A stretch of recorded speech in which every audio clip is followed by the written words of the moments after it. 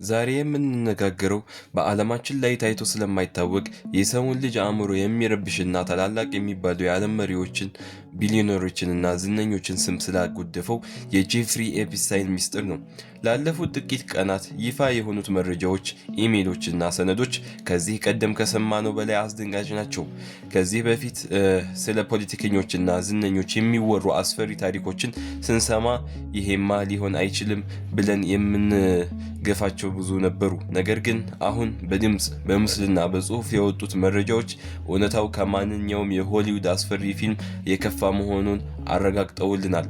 በዛሬው ፕሮግራማችን ከፕሬዝዳንት ትራምፕ እስከ ቢል ጌትስ፣ ከኤሎን ማስክ እስከ ብሪታንያው ልዑል አንድሬው ድሬስ ያሉ ታዋቂ ሰዎችን በዚህ የህፃናት ዝውውርና የወሲብ ቅሌት ውስጥ ያላቸው ተሳትፎ በዝርዝር እንመለከታለን።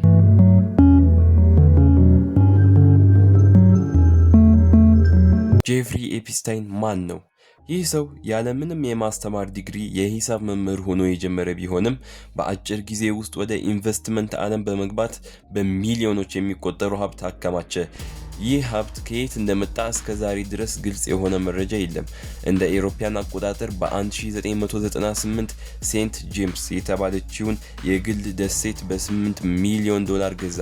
ነገር ግን ይህች ደሴት ለእረፍት የምትውል ሳይሆን የዓለማችን አደገኛ ወንጀሎች የሚፈጸምበት መናኸሪያ ሆነች።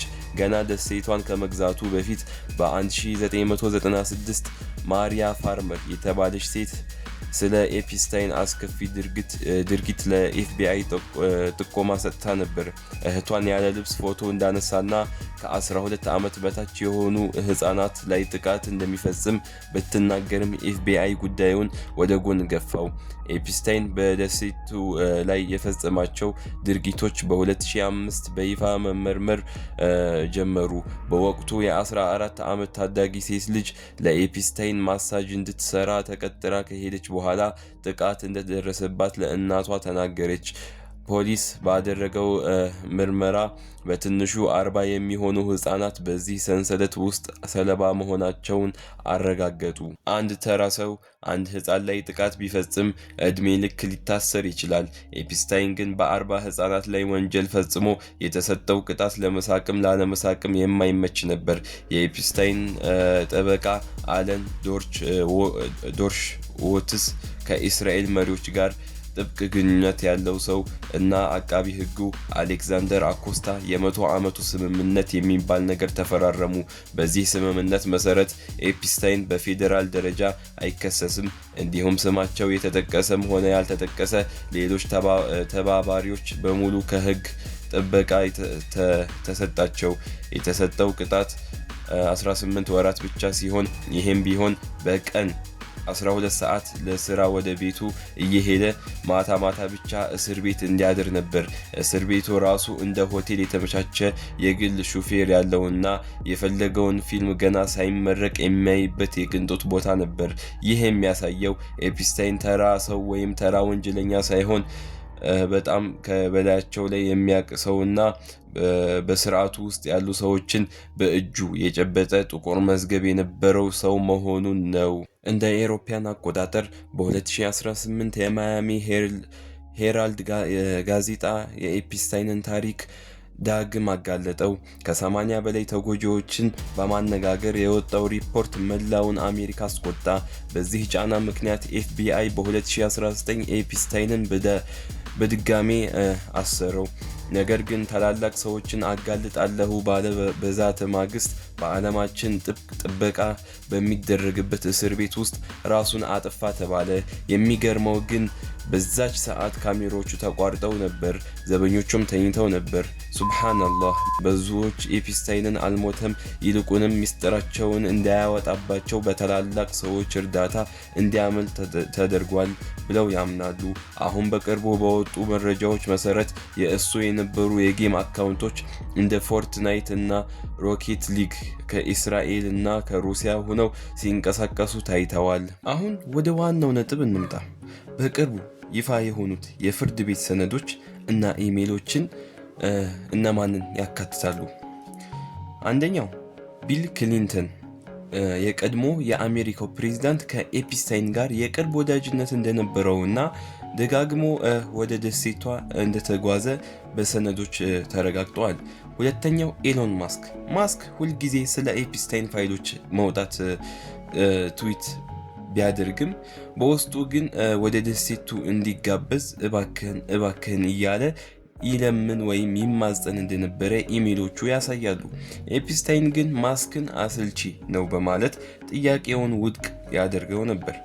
ሶስተኛው ልዑል አንድሬው የብሪታንያው ንጉስ ቤተሰብ አባል በህፃናት ላይ ጥቃት ሲፈጸም የሚያሳዩ ምስክርነቶች ወጥተዋል። ቤተሰቡ ማዕረጉን የገፈፈው ወንጀለኛ ስለሆነ ሳይሆን የቤተሰቡን ስም ስላጎደፈ ብቻ እንደሆነ ይነገራል። አራተኛው ቢልጌት ከሩሲያዊት ሞዴል ጋር በኤፕስታይን ደሴት ግንኙነት እንደነበረውና ከዚያም በበሽታ መለከፉ ወይም መያዙን ለባለቤቱ እንዳያስተላልፍባት ኤፕስታይንን እርዳታና ወይም መድኃኒት ሲጠይቅ የሚያሳይ ኢሜሎች ተገኝተዋል። አምስተኛ ስቲቨን ሆኪንግ የዓለማችን ታዋቂው ሳይንቲስት ሳይቀር በደሴቱ ላይ ከሴቶች ጋር ሲዝናና የሚያሳይ ፎቶዎች ወጥተዋል። በቪዲዮ ላይ እንደተጠቀሰው ሆኪንግ በአካል ጉዳት ምክንያት ምንም ማድረግ የማይችል ቢመስልም በደሴቱ ላይ ግን የተለየ እንቅስቃሴ ሲያደርግ ታይቷል። ጥያቄው እነዚህ ሰነዶች አሁን ለምን ወጡ የሚለው ነው። ጄፍሪ ኤፕስታይን የእስራኤል የስለላ ድርጅት ሞሳድ ወኪል እንደነበረና ታዋቂ ሰዎችን በወሲብ ወጥመድ ውስጥ በመክተት ጥቁር መዝገብ ይይዝባቸው እንደነበረ ይገመታል። ዶናልድ ትራምፕ በዚህ መዝገብ ውስጥ ስሙ ተደጋግሞ ተነስቷል። ትራምፕ ከዚህ በፊት ፋይሎቹን ይፋ አድርጋለሁ ቢልም ስልጣን ሲይዝ ግን ጉዳዩን ለመሸፈን ሞክሯል። አሁን ፋይሎቹ የወጡት እስራኤል ትራምፕን ለማስፈራራትና ወደ ጦርነቱ እንዲገባ ግፊት ለማድረግ እንደተጠቀመችበት የሚገልጹ ግምቶች አሉ። የሚገርመው ነገር በእነዚህ ፋይሎች ውስጥ የእስራኤል የጠቅላይ ሚኒስትር ቤንያሚን ኔታንያሁ ስም አለመኖሩ ነው። ይህ ደግሞ ፋይሎቹ በጥንቃቄ ተመርጠው የወጡ መሆናቸውንና ዋና ዋናዎችን ሰዎች ለመጠበቅ ጥረት እየተደረገ መሆኑን ያሳያል። የጄፍሪ ኤፕስታይን ጉዳይ ገና አላበቃም። በየቀኑ የሚወጡት መረጃዎች የዓለማችን ስርዓት ምን ያህል በሙስናና በሴራ እንደተተበተበ ያሳዩናል። ገና ይፋ ያልሆኑ በሺዎች የሚቆጠሩ ሰነዶች አሉ። ይህ ታሪክ የሚያስተምረን ነገር ቢኖር ስልጣንና ሀብት ሰዎችን ከህግ በላይ ሊያደርጋቸው እንደሚችል ነው። ነገር ግን እውነታው ፈጥኖም ይሁን ዘግይቶ መውጣቱ አይቀርም። ኤፕስታይን በእውነት ራሱን አጥፍቷል ወይስ አሁንም በምቾት እየኖረ ነው? ታዋቂዎቹ ግለሰቦች ተገቢውን ቅጣት ያገኙ ይሆን? የእናንተ አስተያየት ምንድን ነው? ይህ ታሪክ ይቀጥላል። ቀጣዩን መረጃ ይዘን እስክንመለስ ድረስ ሰላም ሁኑ። ለዛሬው ያዘጋጅንላችሁ ቪዲዮ በዚህ ይጠናቀቃል። ስላደመጣችሁንም እናመሰግናለን።